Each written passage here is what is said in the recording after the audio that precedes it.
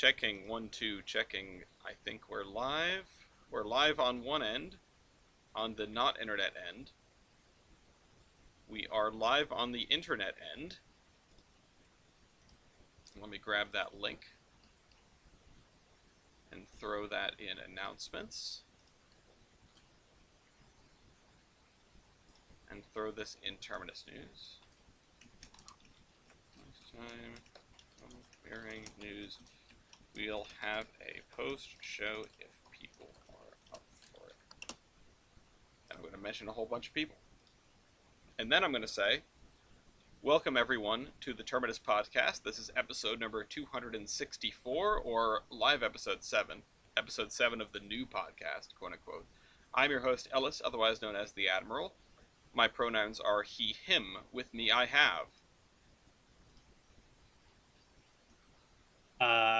I'm Hazel. Pronouns are they, them. And Yay, also... Kaiserin. I'm Kaiserin und Königin Victoria, or Victoria. My pronouns are she, her. Remember when I asked if everyone was ready before I started the live broadcast? I wasn't sure if Kaiserin was gonna go or if I should go, and I tried to pass it over to her. No, I think you did fine. All right, but no, this is the podcast. We do live trend news here. You can join us by going to theironhorseman.com/discord or by using the link in the description. In the description is also a couple of other important links, including the document for this episode's stuff, which currently doesn't have much in it, but, you know, we'll get to that. First, of course, we have to talk about the Class 1 Mantle of Responsibility, which is dead silent. There is nothing going on. As far as we're aware, nobody has wrecked. None of the Class 1s, and no one who's not a Class 1.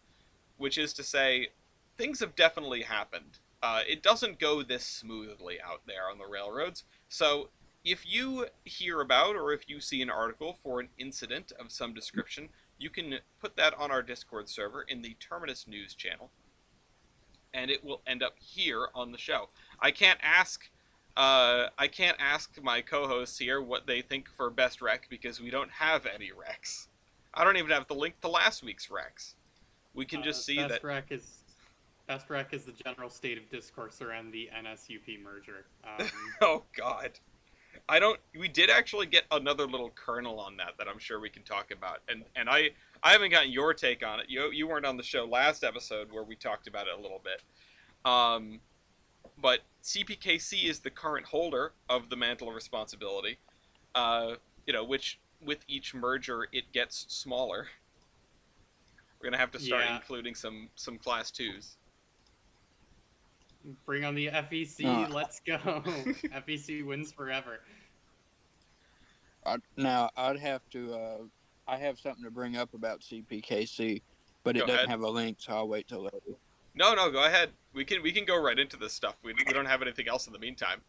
I don't have a link to the article. I just have firsthand, information, because there is no article. Meridian and Bigby's getting fully welded rail. Yippee! And you said last time... Go ahead. Apparently the rail grinder didn't work. Doesn't like the jointed rail. You can only grind it so much before there isn't much rail left. And they need to put new rail in anyway, because it's like really light compared to what they're used to running on. They have to shorten train lengths because the rail's too lightly built. Well, shoot, maybe from they the should 1920s anyway. Maybe they should mandate lighter rail lengths if that's what gets us shorter trains. I don't follow how lighter rail means you can't run as long a train. Well, they can't run as many cars as... It's not just the light rail, it's the state of Meridian and Bigby's track. I see. It's just that because what Meridian and Bigby used to do, because they were so poor, is that they would go in there, and when they needed to replace a rail, they wouldn't replace it with the same weight of rail. They were slowly upgrading. So you would have some sections that were like, 1920s like 60-pound rail or something. And then the next section's 70-pound rail. You might have a section of 80 in there, but then it goes back to 20. That's why they sent the rail grinder in, and they finally decided this isn't worth it. Let's just relay the whole lot of it.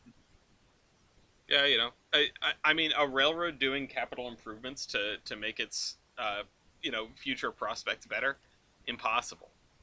Uh, I can't believe it. well, speaking of CPKC, uh, about a week ago, CPKC put out a statement on the UPNS merger application filing, which that's what happened about a week ago. They submitted that. What did they submit it on like the 19th or a little bit before there, and it's like a 7,000-page document, and CBKC basically said we're gonna read this and we'll get back to you. I mean that's the gist of the statement, but it's saying they're checking whether it complies with the major merger rules, provides a basis for evaluating the public interest and consequences, and whether it's consistent with the public interest, which I'm not familiar with the merger rules, but that makes it sound like that's one of them, and that's a really interesting wrinkle, right? Hmm. The STB, I guess theoretically, could reject a merger on the basis that it's not in the public interest for it to go through. Now, would they do that though? Probably not. I mean, I don't. they may. Yeah. Let's not just now that I said that. I'm gonna back that up. Let's not assume that the STB will even allow the merger. Like UP and NS are preemptively saying they're going to merge. They're already consolidating certain things in the advance of the merger. We don't know if the STB is actually going to let them merge. They're just filing the paperwork right now. We might have another Southern Pacific Santa Fe incident Well, where they get right up to where they think they're going to merge, and the STB says nuh-uh, and they just all of a sudden you got a couple locomotives running around in merger paint scheme. By merger paint scheme, it's just UP. They're just keeping the UP branding. Yeah. I mean, that's what I said last time. Is that we joke about it being UPNS or UPNS, but it's going to be Union Pacific. There's like every other railroad Union Pacific is merged with has become Union Pacific, even if the current Union Pacific is actually Southern Pacific. I can't wait for the Union Right? Pacific, the Union Pacific, the UPNS big boy, right? Yeah. Well, I can't wait till they run 844 through Meridian. Oh my god, I can't wait till 4014 goes over the horseshoe curve. And goes 4014 through Hoosick, baby. Let's go. That's Big not boy through the Hoosick Tunnel. As much as I don't want to be a wet blanket, as much as I support this meme, it would be going over. It would be going through State Line Tunnel. It wouldn't go that way. Because I mean, I guess NS does still own half of the Patriot Corridor on paper, but nobody wants to run over the B&M when the B&A is available. And I think those trains have all moved over. That's another thing that just popped into my head about Meridian and Bigby that's really weird. Mm-hmm. The Nahiola Lift Bridge in Nahiola, Alabama, where the paper mill is at that Meridian and Bigby served, they have a lift bridge. Mm-hmm. This lift bridge was built in the 1930s. And the funny thing about it is it has clearance for double stacked containers with like 3 foot to spare on top.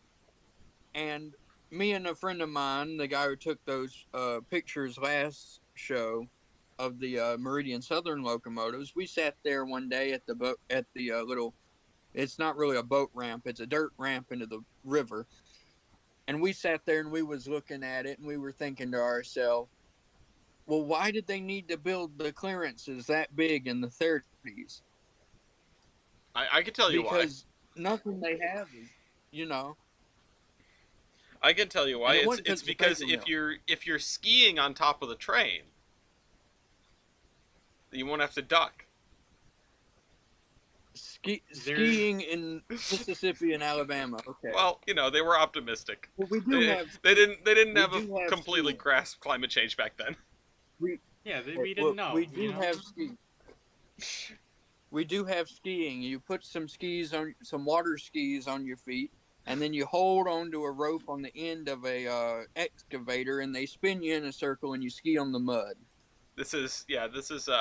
I can only assume that this is the peak of entertainment in Mississippi and Alabama. Uh, No, the peak of entertainment in Alabama is running moonshine, but uh, because you get to I'll speed take on your the word for highway. it. Anyhow, the CPKC statement continues to say the proposed UPNS merger, unprecedented in scale and scope, would radically and permanently change the U.S. rail network. If approved, the merger would pose extraordinary and far-reaching risks to customers, rail employees, and broader supply chains. It's almost like they've been listening to this podcast. We are confident the STB will conduct a vigorous process to assess all the short and long-term public interest impacts of the proposed behemoth, including on the competition rail customers have today. I I still do not follow why UPNS would do this, but CPKC was actually good. I mean, Like I don't follow how this is. I don't follow how this is meaningfully different than CPKC, which is like the good one apparently. well, according to Because CPKC, it is. yeah, because like I don't know. I feel like a bunch of people have been bringing up CPKC as like the good example of a railroad merger, and like why exactly? Because CPKC also reduced the number of railroads. CPKC also now presents a not transcontinental, but like pro, trans north south transcon that is not rivaled by any single system. Like you know, uh, Canadian National and Union Pacific and others have been having to team up to try to compete with it, and even then, none of them stretch into Mexico the way CPKC does. Uh, you know, I feel like all of the things that I've heard said about UPNS, I feel like you could say just as well about CPKC, whether or not they have more track miles than a UPNS merger would, whether or not they have more track miles than UP has on their own now. But I feel like the response to that is usually just, well, it's going to reduce competition. Like, how? In what way does UPNS reduce competition in a way that CPKC didn't? And honestly, I don't know if it. Like, I am not one who's necessarily for this merger. I'm also not really one who's necessarily against this merger. I feel like the Right. problems of the Class 1 meltdown are Mm-hmm. irrelevant to this. It's all over with every single Class 1 railroad pretty much. They're drawing down on their physical plant. They're cutting employees. They're trying to do more with less. They're trying to make more money and do less work to get that money. Right. They're solely focused on line go up, and as we talked about last time, it's at the expense of every shipper that isn't an intermodal terminal or a coal mine. Uh, if you can't run unit trains, if you can't play locomotion, it's worthless to them because it's a lot more effort. Where even if it's profitable, it's not profitable enough. Yeah. And That's my thing. I that don't. isn't obviated by UP or NS or UPNS. Sorry, Right. go ahead. All of the problems with class ones as they exist now. I don't know. They might be marginally worse under UPNS, but I don't see how they would be. I don't. I fail to see how they would be that much meaningfully better if UPNS didn't happen. Like I'm not for UPNS. I'm sure if UPNS happens, what's going to happen is they're going to crack down on the unions in both companies. They're going to lay off a bunch of employees. They're gonna cut service for a bit, put a bunch of locomotives in storage. It's gonna be shit, but I don't I don't necessarily see how that's a unique kind of shit because it feels like listening to some people talk about this. This is like the this is like the final boss of the class 1 meltdown. It's like final boss of the class 1 meltdown. but CPKC is the good kid here. We actually like CPKC, and I don't really see why this is meaningfully different from CPKC. No, I do think a lot of it is Or based around the idea that CPKC was like the the minimal impact merger, you know, of right. all of the class ones. It was like, was it the smallest and the second smallest merging? I don't It know if was the smallest and second smallest. I believe it is still by track miles the smallest. huh, That said, it is still also the only north-south transcon that runs from Canada to into Mexico City. right. And Mexico City, not to be underestimated, it is the largest metro area in North America. Yeah, and even as the smallest transcon, it has the north-south and an east-west transcon. It That's true. runs, I want to say, it it has ins to, I want to say, New Brunswick or the eastern seaboard through Maine, and it also runs to Vancouver. Yep. And And it also has fingers stretching out into the Gulf and all yeah, those ports because it has that real close partnership with CSX, well, they've and they have track. And they sorry, go ahead. no, that's all I was gonna say. They have fingers stretching out into the south and into the southern United States and to the ports and stuff in Florida on the eastern seaboard. Hmm. So Okay, yeah, I did double check. They do hit the east coast. They do hit the east coast via Maine. Yeah, it's not an exceptionally large port on either, either the Pacific Yes. or the Atlantic coast for them. I don't know how large the port in Vancouver is, but I'm not under the impression that it's one of the, one of the giant ones. Yeah, they also have trackage rates into St. John, New Brunswick, which is also a port. Hmm. Um, but yeah, it's really interesting. I mean, CPKC is a really fascinating railroad case, just in Yes. general, and it does feel like that is the. It does feel like that didn't feel like a big deal or a bad merger because it's so relatively unassuming. Despite the fact that Yeah. CPKC is like min-maxing Merger Mania style, hitting all the coasts and all the countries and all the, going east, west, and north, south. It's, it well, isn't this. I have a What's up? go ahead.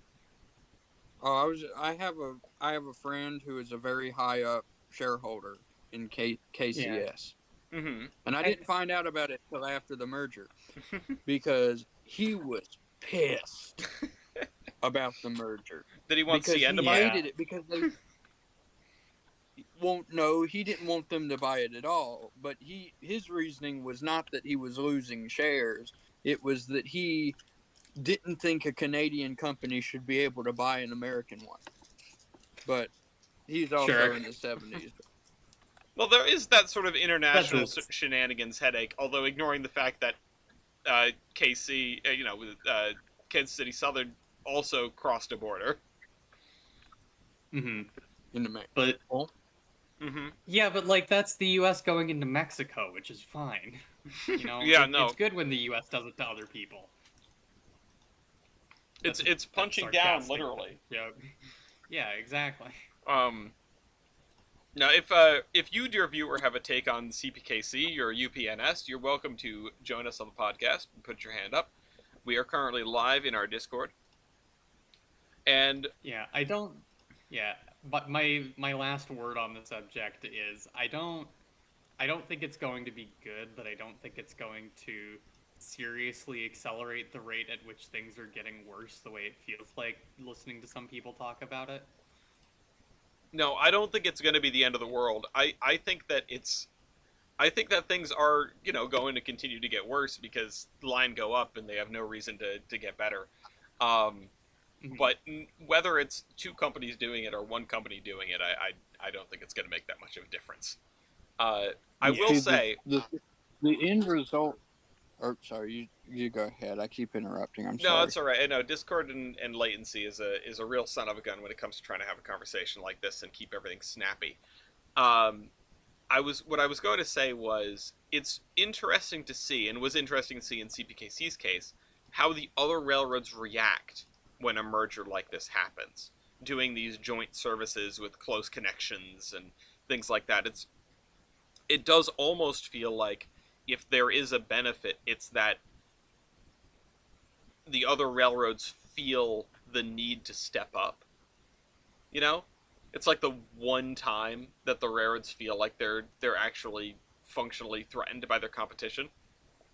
Uh, but I'm not sure that really, it only comes through in like intermodal Yeah. services anyway. So, what were you gonna say, Kaiserin? See, so what I was gonna say is, and this might be a flawed way of thinking, but I think the end result of this is if the based on what we've seen of railroad of the class ones at least, not really all railroads, but the class ones, is that eventually their infrastructure is going to fall out from underneath them because they're only worried about line go up, right?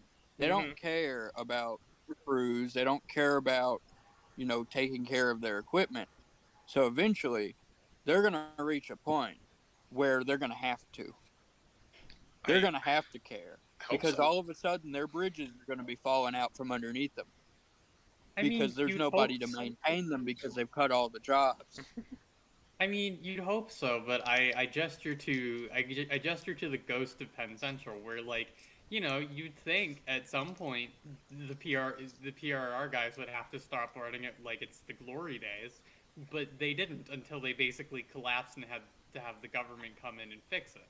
So, I feel Yeah, like that's what's just as likely to happen is the railroad meltdown eventually reaches a point where the government steps in or the trains stop and the government steps in. And, much as I might yeah, beat the that's nationalization drum, I question if that would happen at a time where it would actually lead to, like, a good outcome nationalization and not just Conrail 2, where we cut a bunch of services, and then as soon as it's profitable again, sell it off because you can't have a public good in government hands.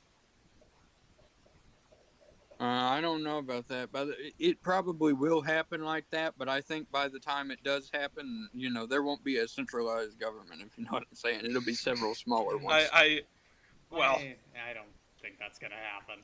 I do not think the United States is going to become A24 Pictures Civil War fractured government. it's we're gonna be balkanized. Hey, Uh, yeah. Well, actually, winter. I remember reading this somewhere.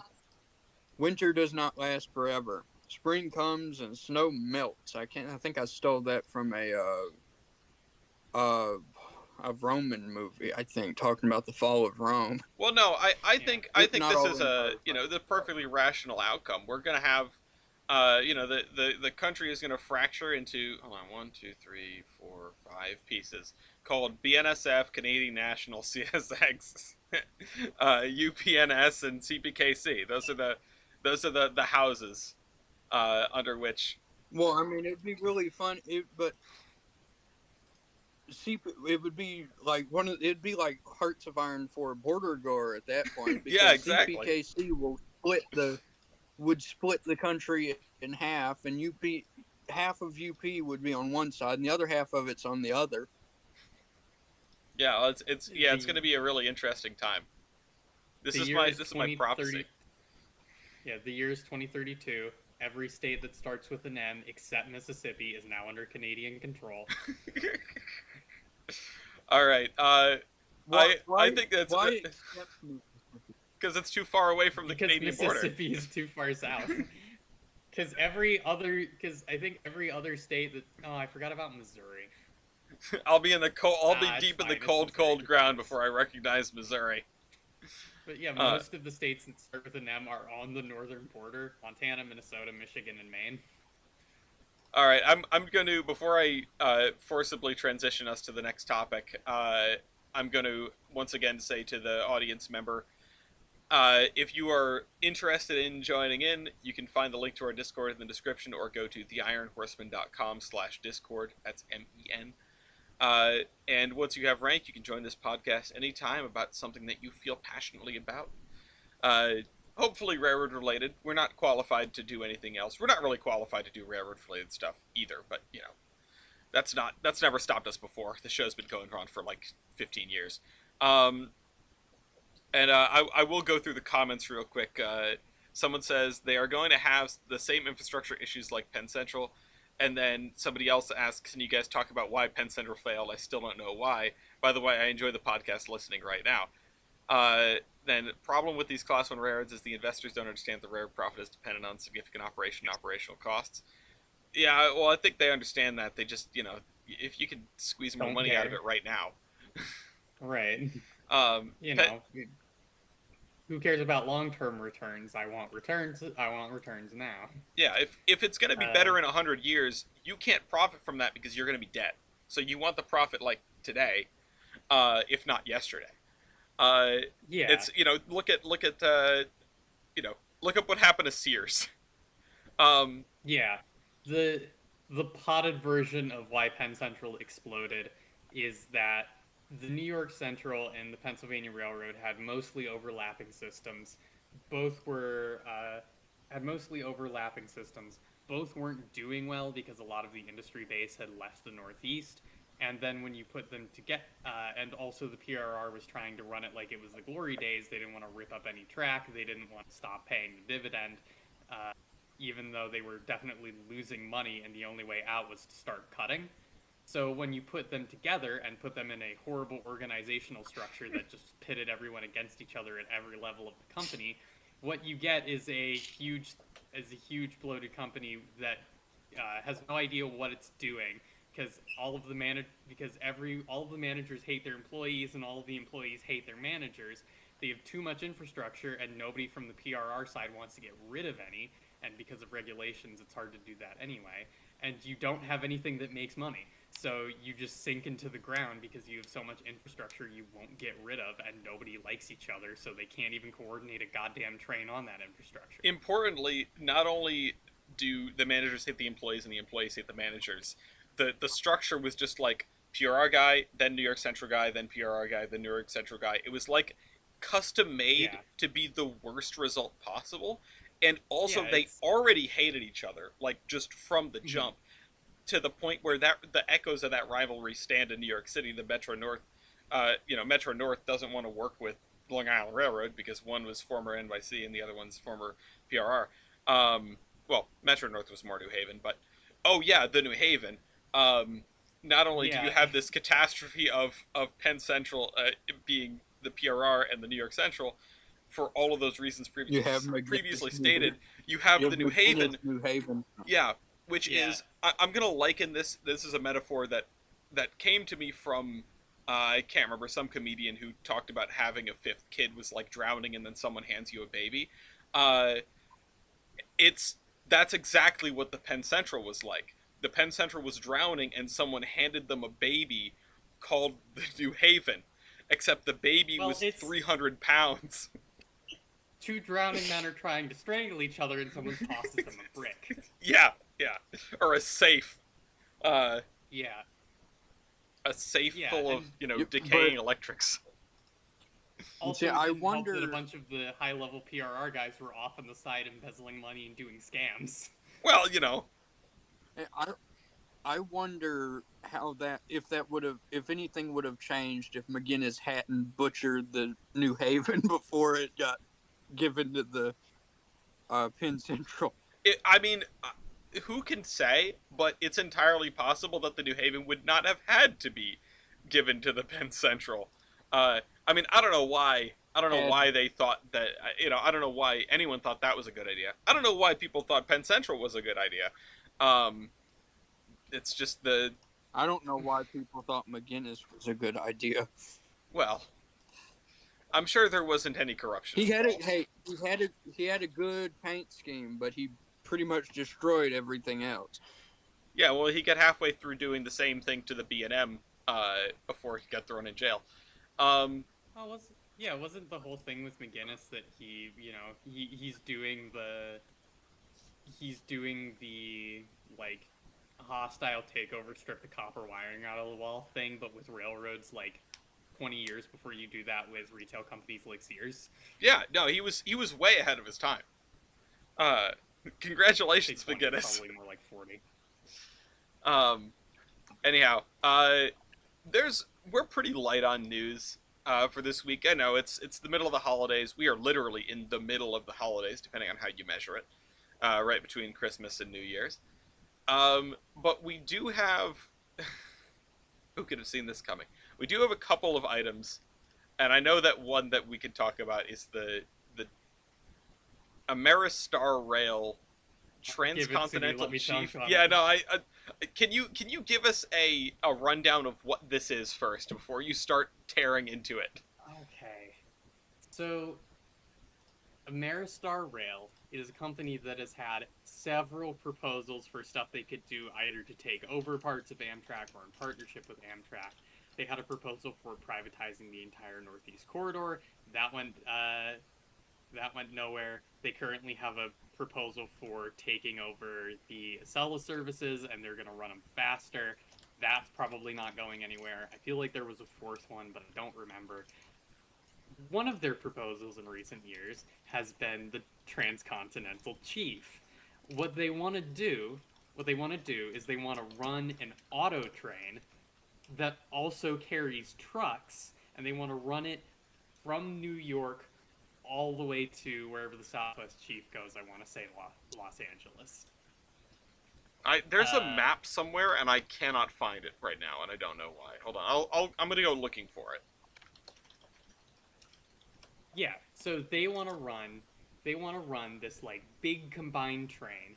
They want to put flatbeds on it for trucks, and then truckers can load their truck onto the train and take the train. And they want to Oh, they wanted and to they do it with wanted trucks to too. put I knew they wanted to do like an auto train yeah, thing with it. and they also want to do the auto train thing so that you can put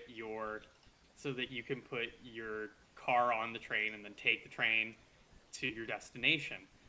Um, they wanted to use TTX flat cars for the trucks. They wanted to combine the Southwest Chief and the Pennsylvanian. Uh, the CEO Scott Spencer apparently said that Amtrak never had held serious meetings or discussions about the proposal, so he's going to try to go to Congress and the FRA to make Amtrak do it. Which, good luck. When they proposed it, they wanted it up and running by next year. I'd like you to take a moment to think about all of the shit you need to do to get this up and running, and then think about how long you think that's going to take. and Yeah, By the way, uh, Ellis, the trusty version of the map is in Terminus chat. I just put it in the I just put it in the Oh, Terminus podcast public thread, which is oh, attached I to forgot the about Fun that. Fact of the Day channel. I kind of forgot about it too, but that's there for us to share stuff with the viewing public if I cannot get it into OBS, which I can't get this into OBS because it's a WebP and it's fighting with me. So yeah, But yeah, so they wanted to combine the Pennsylvanian and the Southwest Chief into an auto train slash auto train, but for truckers. Super And C. Amtrak, surprisingly, turned this down. Yeah, Uh, they said found it to be lacking a fundamental business case to support its lofty proposal, which is real corpo speak for like, yeah, this doesn't this make is any a sense. stupid idea. Yeah, Amtrak, yeah. So Amtrak pretty much went. Amtrak pretty much went. Let me think about it. No. yeah, the exactly. whole thing the whole thing about the my understanding is the whole thing about the auto train, one, they only run it between two stops because it would be a fucking nightmare to try and let cars off mid-route. Two, they only run it on the one route, in part because class ones don't want to let them run auto racks on their Amtrak trains because they don't want they don't want more and longer Amtrak trains on their system. So good luck convincing the class ones. Good luck building terminals for the Yeah. car and truck loading. You Well, know, that's the other good problem. luck with the good luck with the long distance fleet. You know, you're not running superliners anywhere near New York City. Yeah, no, this would end up being a really long train in more ways than one. I mean, is is something like this theoretically possible? Yes. Is something like this reasonably feasible given the infrastructure that we have and the budget we have to do it and the obvious, obstinance of class ones and other host railroads? No, not really. Um, Even if you wanted to make this, I mean, just running it as a simple train, right, as a one-seat ride between NYC and LA, you boil this proposal down to its absolute basic. You don't even include the auto carriers because how do you offload cars in Trinidad, Colorado, for example, right? Yeah. They Somebody books a ticket to there. Oh, sorry, we don't have car service except for in NYC, Chicago, and LA. Well, now you're towing around all these auto racks for what? Uh, right. Oh, I found the specific date. They were proposing this. They were proposing this as of July. They wanted it running by May 10th of next year. so less than a And year. they were also promising in their letter to Amtrak CEO that they could use proprietary operating techniques to prevent chronic train delays and service disruptions of Amtrak's previously inefficient operations of lengthy trains for mail and express services. And like, cool. How? Because most of the problems most of the problems with Amtrak's operating techniques that cause them delays is that is like problems of not getting enough money and class ones screwing them over. Yeah, the I don't. locomotives break, or they get held up at a station for an extra 5 minutes, and now they're out of their time slot, and dispatchers are like, "Cool, suck a dick." Like Yeah. get in the hole because there's a 20,000 foot long freight train that's got to come by, and you fit, and it doesn't. Um, you know, uh, who's the president of Amtrak? Is he a good person, or cool Yeah. even? Someone asks. Also, somebody else says they would have to classify it in New Jersey, maybe the old CNJ terminal, now a park. Yeah, I don't know. I don't know. If if you were to do an auto train out of quote unquote New York, I mean there is no shortage of extra yard space in the vague vicinity of like Giant Stadium.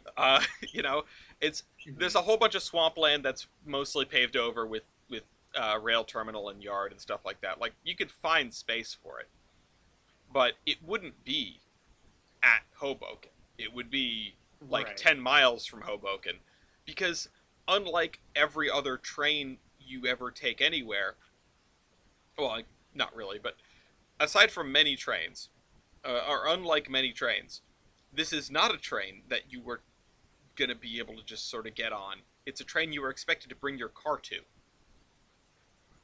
Yeah. And That that's, too. Amtrak's whole shtick, and generally trains' whole shtick, is that it drops you off in the middle of a city. Uh, so you don't Mhm. need to take your car with you. But Yeah. this is Either you've got to build. it Now you need this big car terminal. Either you have to find land for that in the middle of the city, which good fucking luck, or you have to build a car terminal like outside the downtown, and then at that point, like, why am I taking the train? I should just fly into the airport.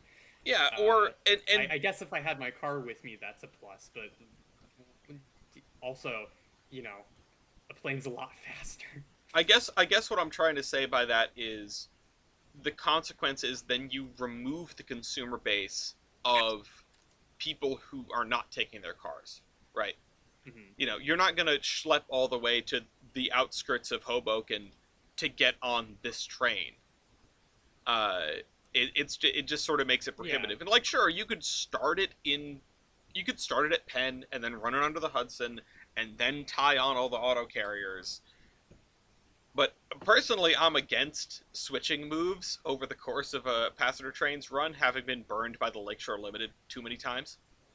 Right. But Uh, like, even if you, if you let people off between Los Angeles and New York, you got to do one of two things. You got to have the train stop while they load all of the cars on, or you have to have the auto rack. You have to have the auto racks ready to go, and you just drop the auto racks that are bound for that destination, pick up the new ones, and then like I guess and then be on your way. And like, okay, great. Now your major station stops are like half an hour to an hour while they go through the whole rigmarole of cutting off auto racks and cutting on new ones. oh yeah, And you and God introduce a lot forbid, of new things that can go wrong.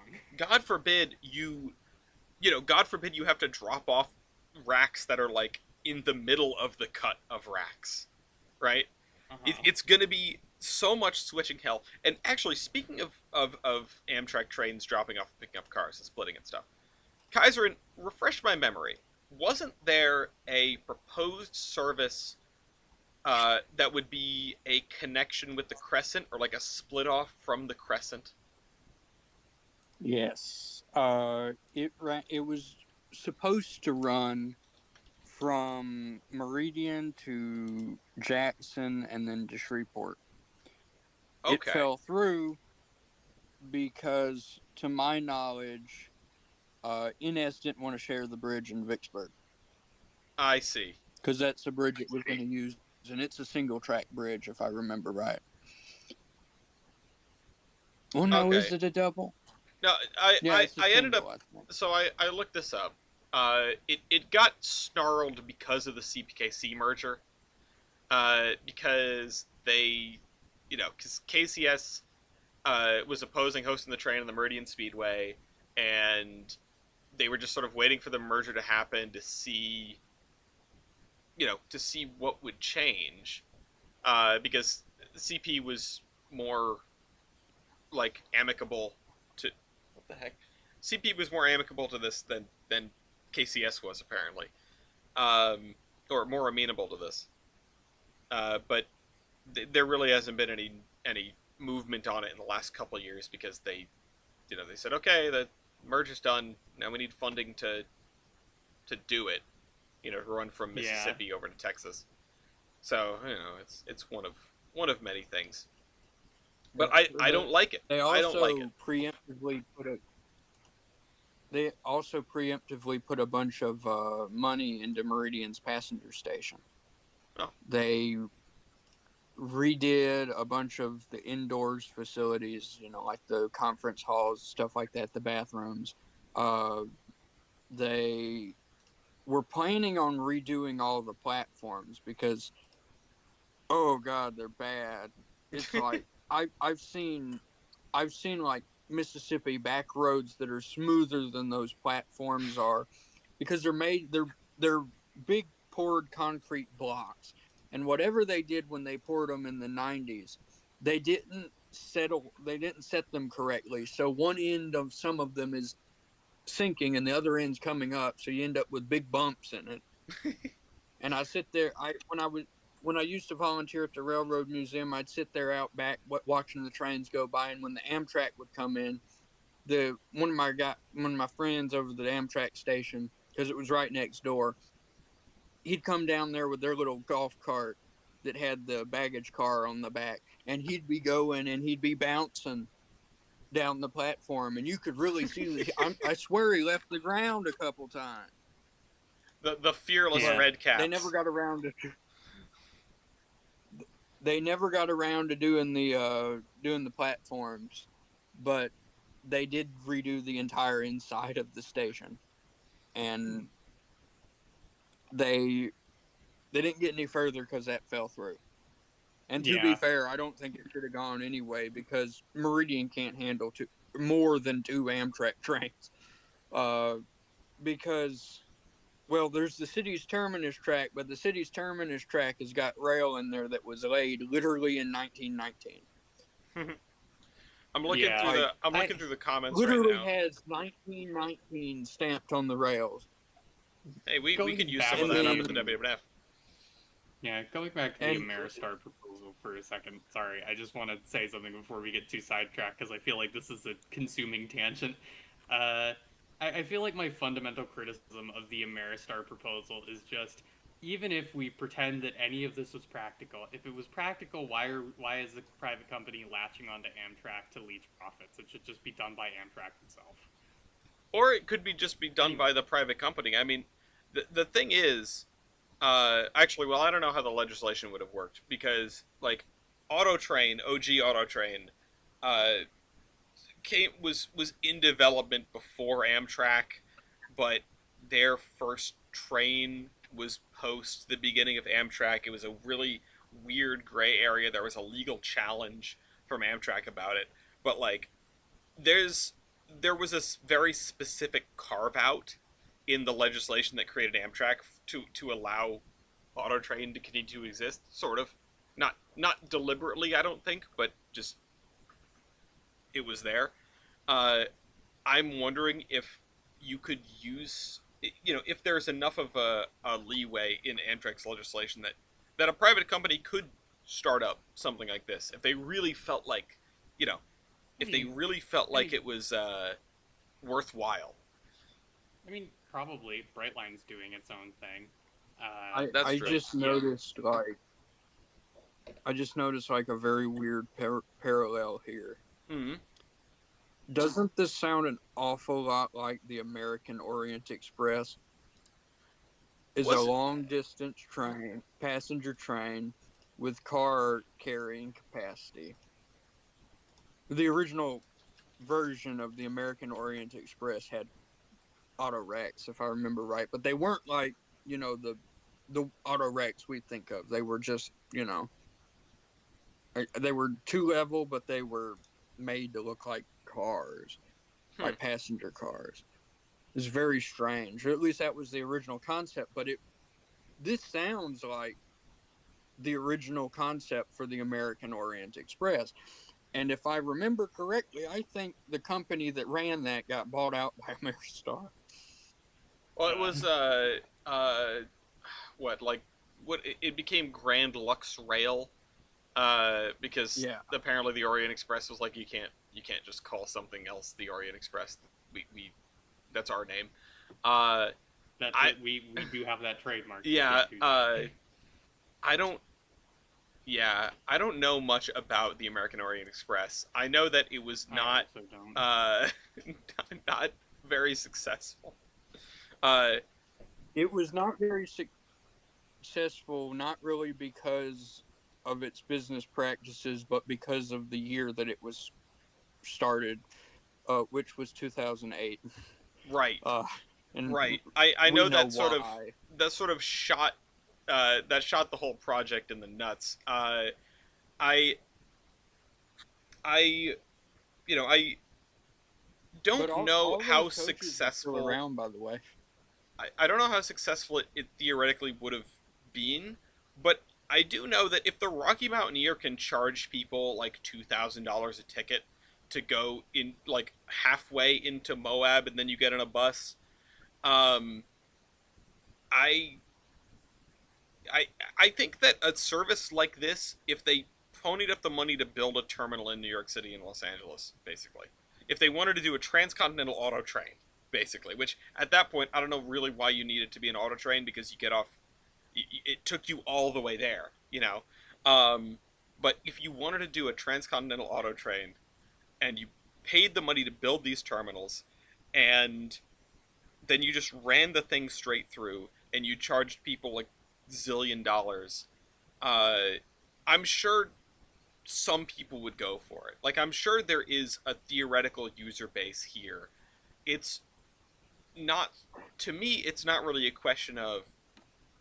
uh, it's not really a question of, like, is the thing theoretically possible? It's, if you were to do it, however much you need to charge people to break even is going to be an absolutely insane number, and if you bring it down a little bit, you're not going to be able to have the capacity to break even because it's a long distance. That's a lot of money to spend for the infrastructure and for the actual operation of the train, and you're going to be running it with single level cars and everything, and it's just like unless your train is a mile long, how are you going to Right. make your money back on this? Right. That's yeah. It's just not practical in any capacity. And if it was, I don't. If it was, I don't agree with the idea that Ameristar Rail should do it, either tied to Amtrak or not tied to Amtrak. If they wanted to do it on their own, I guess all power to them. But I still feel like it should be run as part of. If it was practical, it should be run as part of Amtrak, because the whole point of Amtrak is deciding that passenger trains are a public good, so we should probably keep having them. Yeah. If there's a passenger train that could serve a public good, we should have the company we have specifically to do that. The nationally owned company we have specifically to do that. And if it's not feasible to do like that, why are we letting these foamers with business degrees try to bully Amtrak into letting them attach themselves to Amtrak's side to do it? Uh, there was a discussion in the comments in here about doing a train split using mid train locomotives, which apparently this is done on Via Rail in one place. Uh, Yes, I was already thinking about that. Via trains 43 and 32 to Ottawa and Montreal, respectively, the way they run that is they just add. I don't know if they do this for all of the trains, but I know at least a couple of the trains on schedule. The way they do that is they just couple two train sets together in Toronto. They have the lead locomotive on the first train set, pull the whole thing out to Brockville, Ontario.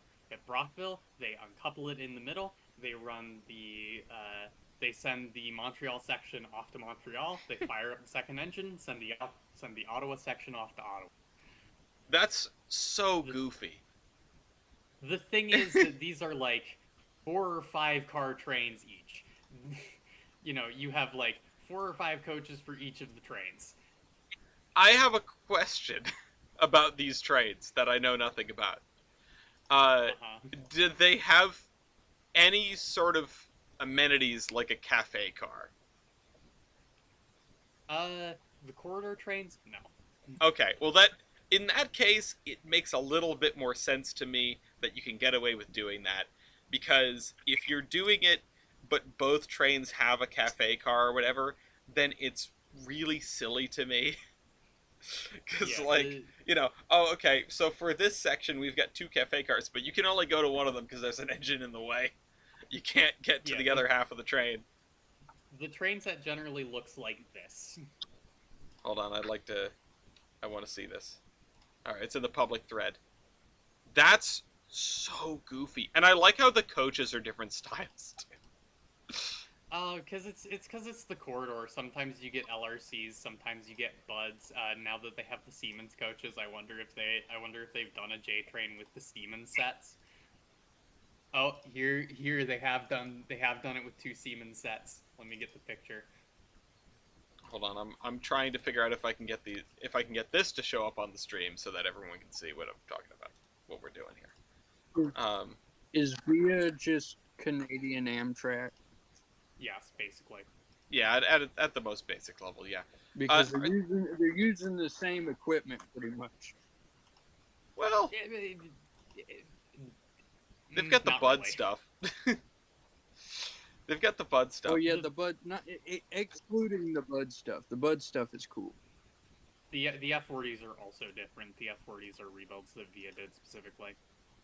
Okay, so here's a picture of the train with the 2 different sets, and then here's a picture of the train with the 2 Siemens sets. I mean, they've got the Chargers as well, as and the reason that they have Chargers and we have Chargers is because the market for passenger locomotives is really small.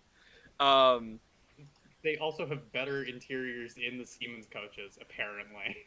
Oh, okay, all right, yeah, the flex, thanks. I'm not directing that at you. What they need to do for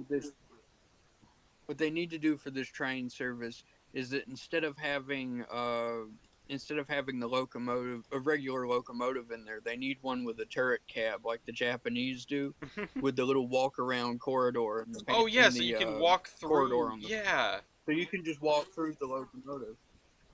All right, you're getting me on board. Cab up on top. You can drive it. I just realized during the course of this, I'm getting you what? You're getting me on board. I just realized during the course of all this discussion, I have neglected to put a single link in the cargo, so I'm gonna need to do that now. The venture sets, those are the new things that VIA is getting, right? Or sorry, there's a link here for the Ontario Northland Siemens venture cars. And I was curious if that is the same thing as what we're talking about here. Hazel? Hi, sorry. Oh, I sorry. zoned out a little. No, it's okay. I wasn't sure if you had dropped or something. We have a little No. video of the VIA venture set leaving leaving. What is this? The first Uh, Ontario Here. Northland Siemens venture set at Lombardy, Illinois. So leaving Oh, the right. plant, I guess. What The what's that Ontario about? Northland sets. So, the Northlander used to be a train that Ontario Northland, which is itself a crown corporation that is owned by the province of Ontario. So that is a nationalized and provincially owned uh, railroad that runs mostly freight between smaller towns in northern Ontario. Um, I want to say mostly north of North Bay. Uh, like North Bay, they go up to like Cochrane, and I want to say Timmins. But yeah, so the Ontario, I believe they also touch Sudbury, but the Ontario Northland is a provincially owned railroad that runs a lot of the smaller freight operations in northern Ontario. They used to run a train between, I want to say, North Bay and Toronto called the Northlander. A couple decades ago, they stopped running the Northlander, so there's no long so the passenger train no longer exists. One of the promises that the conservative government made a couple years ago is, hey guys, we're gonna revive the Northlander. So Oh, that is, okay. I believe, yeah. So that uh, venture set, it's not a VIA venture set, it's an Ontario Northland venture set. That is going to the Ontario Northland. It's the first set for the revived Northlander service. I believe they're getting 3 or 4 sets for the train. Okay. I won't, So yeah. so this is for a So complete a new old service. yes. So this is to revive the passenger train between North Bay and Toronto, because northern communities in Ontario pushing to get that back for like have been pushing to get that back since it went away. I want to say it went away sometime in the late 2000s, early 2010s. Very cool. It's always good I to have something like that come once back. Yeah, one specific story I heard was someone who their husband got into a car crash during a winter storm, and they wouldn't have been driving during that winter storm if the train had existed. So, yeah, it stopped running. Yeah, it started running in 1976. The service was discontinued in 2012. They're planning to reinstate the service in 2026 with the new venture sets. Okay.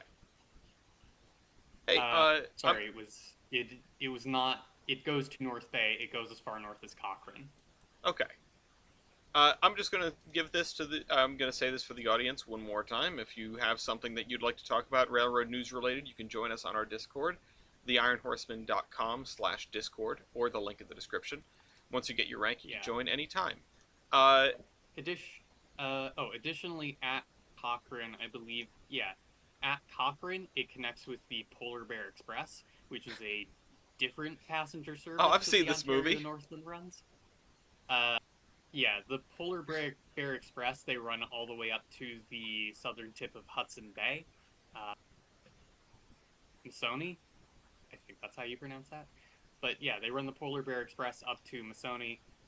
They have it's a flag train. They stop at the 2 terminals, and then everything else is a flag stop. Oh, awesome.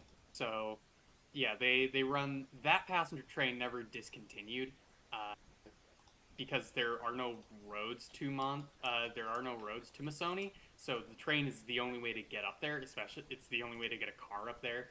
Hmm. It's the train or the airport. You can't drive up there, which is probably why they haven't discontinued the service. But now that the Northlander is coming back, you can actually take a train all the way from Toronto to the southern tip of Hudson Bay. Well, you could already technically travel to Hudson Bay completely by train, but you have to go via Winnipeg, because they have the Hudson Bay, which goes from Winnipeg to Churchill. So you could take the Canadian to Winnipeg and then the Hudson Bay up to Churchill, but Hmm. I yeah, I just I'm looking at the Polar Bear Express on uh I'm looking at the Polar Bear Express on Wikipedia, and the gallery is sad. I mean, all the pictures look like they were taken in 1972, but uh, Dining car on Polar Bear Express, no longer carried. Children's play area, no longer carried. Dining car, dining parentheses snack car, no longer in use. Uh, so that's this seems like a really neat train. It's a real shame that it appears to have all of the fun stripped out of it over the years. Um, when did this come into existence?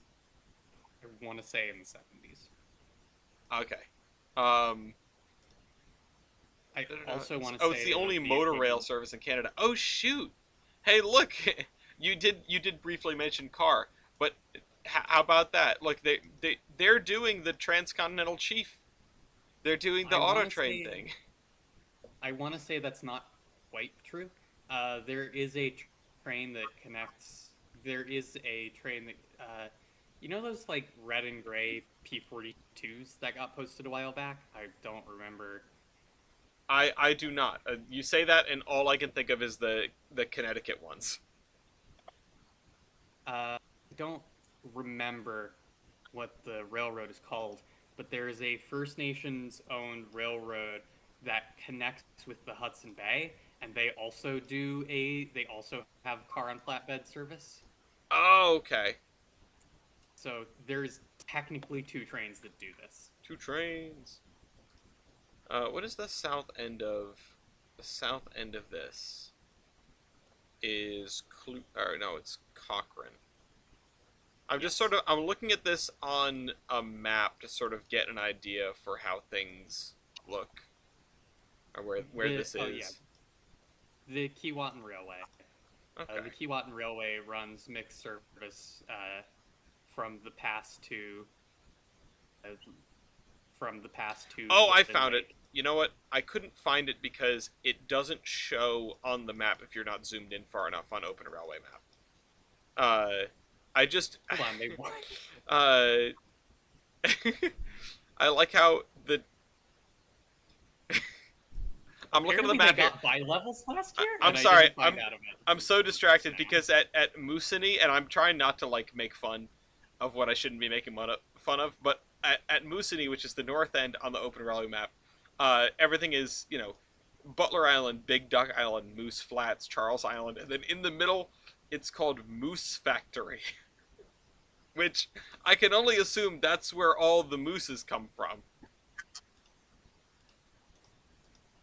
You mean the Moosin? Yeah, sorry, yeah, the meese actually.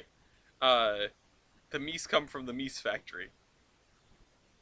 Fun train, no longer fun. Someone says, yeah, no, it's they took all the cool stuff out of the train. All right, there's one more piece of news I'd like to hit before we wrap up, if we have some interest in a post show, then we can do a post show, but we'll cross that bridge when we come to it. Uh, where is that last piece of news that I was looking at? Oh, how do we feel about floating bridges? Um, worry. Are they homicidal floating bridges that go down the river and take out several other bridges? No, no, no. Floating bridges that stay where they're supposed to be. Then they ain't any good. So, No, I'm messing. I'm messing. Sound Transit has If they their. ain't the barge bridge, they ain't good. Oh yeah, no, not that either. Sound Transit has a floating bridge. Well, they've got a few floating bridges over there, at least a couple, including one that I believe is an interstate bridge. But one of their. Oh no, this is the interstate bridge. Okay. Interstate 90 floating bridge between Mercer Island and Seattle has light rail on it now and will open sometime in 2026 to the general public. They're doing a system integration and a pre-revenue phase, and they're going to do simulated service. They've already done a couple of tests driving LRVs across the floating bridge. On wait, what? In September 8th, a powered light rail vehicle traversed the floating bridge for the first time worldwide. On May 21st, Sound Transit pushed a test train across the bridge. It doesn't say with what. Their hands. Yeah. This has got some. This is some Meridian Southern stuff right here. I think I've told the story before of Meridian Southern in Mississippi.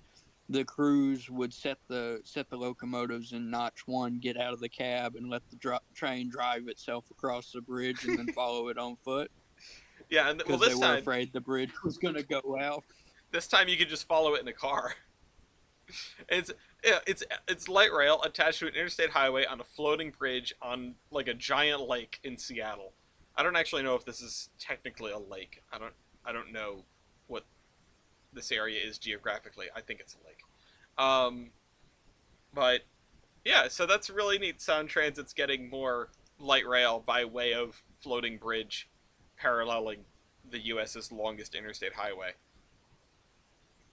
So you know, if you want to take a ride on the only light rail on a floating bridge, I don't. Can you believe it? I kind of do. I'd give it a shot. I mean, the bridge has been there a while. It's not going anywhere, I don't think. Slaps Bridge. It's not going anywhere. Uh, so. Slaps bridge, and it immediately breaks free and floats down the river. Or it's in a lake, but floats off. Yeah, we're gonna actually have to ask all drivers to get out and paddle, so we can get the bridge back to where it needs to go. All right. Well, that's I think a wrap. For some reason, I'm trying to figure out why Moose Factory is called Moose Factory. I think it's fairly obvious. It's where the mooses come from. I actually wish I had encouraged Gloria to call into the show and talk about the Polar Express since the Polar Bear Express got mentioned and it's been Christmas between the last episode and this one. I did take Gloria and their little sister Audrey to the Polar Express in Essex. Or sorry, they don't have the licensing. It's the North Pole Express, the NPE, also known as the Not Polar Express. They did use the hot chocolate song from the movie, which I didn't think was allowed, but it was a good time. Got to meet Santa, and to all the kids in middle school that told me Santa wasn't real, who's laughing now? And I got those tickets months and months ago. That's how these things go. I don't think it's a good thing that the island is called Moose Factory, Ellis. Uh-oh. Because the community on the First Nations community that is on the island is called Factory Island 1. That's incredibly. I don't think it's a good thing it's called Moose Factory. No, that sounds like something that you'd find in Half-Life. That sounds like something the East India Company would do, but it's the Hudson Bay Company. Yeah. Well. Oh, they died. They're gone. Yeah, the moose. They died. The moose survived. There is 1,451. Hudson's Bay was a department store owned by the parent. God damn it! Sorry, go ahead. I love Discord latency. Go ahead with the Hudson Bay fact knowledge, Hazel. Hudson's Bay was a department store owned by the Hudson's Bay Company, which went bankrupt. I want to say this year or last year. Yeah, this year. They went bankrupt 6 months ago. Oh, well. They probably ran out of moose. Well, anyway, I think unless either of you have something that you want to talk about, or unless we have an audience member that wants to talk about some piece of railroading news, I think that's it for this episode of the Terminus podcast. I will give just a moment to open the floor while I pull up what I need to do to end the show. 3, 2, 1. Okay. Guesses for latest train on Amtrak from the two of yous. Oh, okay. So last time it was the eastbound chief. No, the eastbound Empire Builder was the last time. I think I'm gonna go with. I'm gonna go with the northbound Crescent. Northbound Crescent. Okay. I noticed Hazel has muted themselves. so I assume they are tending to their stew and are not going to be able to give a response here. But that's okay. Stew is very important. I like stew. So I will answer for the one Do you person. know what the Actually, difference, Ellis? Do you know what the difference is between soup and stew is? the difference is I don't like soup and I do like stew. I'm assuming you noticed that I got a No, the check. difference is that the difference is that stew is thick and soup is soup. Yeah, no. It was thick and then. How's Yeah. how is the stew, and also what is your guess for latest train on Amtrak? Uh, Westbound Chief. Westbound Chief. In the spirit of American Star Rail. Thanks, Ameristar Rail. The westbound Southwest Chief is on time at Albuquerque, New Mexico, and 30 minutes late at Galesburg, Illinois. The what did you say? Northbound Crescent, Kaiserin? Yeah, northbound Crescent. Northbound Crescent is 48 minutes early at Birmingham, Alabama. Oh, I'm trying to why see. is it that it's always the one I go? The latest train. Let me see if I can find some honorable mentions. The California Zephyr number 6 to Chicago is 4 hours late at Glenwood Springs. The Empire Builder to Seattle is 4 hours 56 minutes late at Williston, North Dakota. It's about to leave North Dakota. There's some stuff going on around the Northeast Corridor. Hang on a second. There's a 1 hour and 13-minute late Empire service to Albany Rensselaer. Another 1 hour and 9-minute late service to Albany Rensselaer. There has been some snow. New York might still be recovering. There's an hour late Amtrak and an hour late Acela and an hour and 40-minute late Next Gen Acela. But the latest train on Amtrak is train number 8, the Empire Builder to Chicago, again at 8 hours and 12 minutes late at St. Paul, Minneapolis. I'm just checking to see. There's a Hudson Bay train that's 4 hours and 17 minutes late. On theme, talk about the Hudson Bay. Both Hudson Bays on system are over 4 hours late. Yeah, they're struggling. Anyway, that's the latest train on Amtrak. You don't even have to change. You don't even have to change the train. It's already the Empire Builder number 8. I know. It's easy. Thank you, Empire Builder, for being late again. I'm sure that's not what the people on the Empire Builder right now are saying. But 8 hours and 12 minutes late at St. Paul. Oh, that just changed, didn't it? 8:12 late at St. Paul, Minneapolis. Or not Minneapolis, St. Paul, Minnesota. Alright, what's next? I'm gonna get used to this eventually. If we do it every week for 10 more years, I'll be able to do it like the back of my hand. But no, I'd like to thank everyone for coming on the show. What's up? I said you need to do the trading cards, Yeah. Well, I'd like to thank everyone for coming on the show, listening, being a part of it. Hazel, Kaiserin, thanks for jumping in. Thanks to, of course, both of our viewers. Actually, thanks to the handful of folks that joined in and left comments, and, it helps the algorithm. What else helps the algorithm is liking and commenting. Well, I just said that. And subscribing. If you haven't done that, that'd be really cool. Tell your friends about the show, and jump on our Discord, buy the trading cards on theironhorseman.com. There will be more coming soon, TM. I know I keep saying that. Things have been very busy lately, of course. It's the holidays. Thank you to Stephen West of the Loco Base. Without you, we would not have the trading cards. And thanks to Virtual Railfan for not sending us a cease and desist. The train will terminate at this station.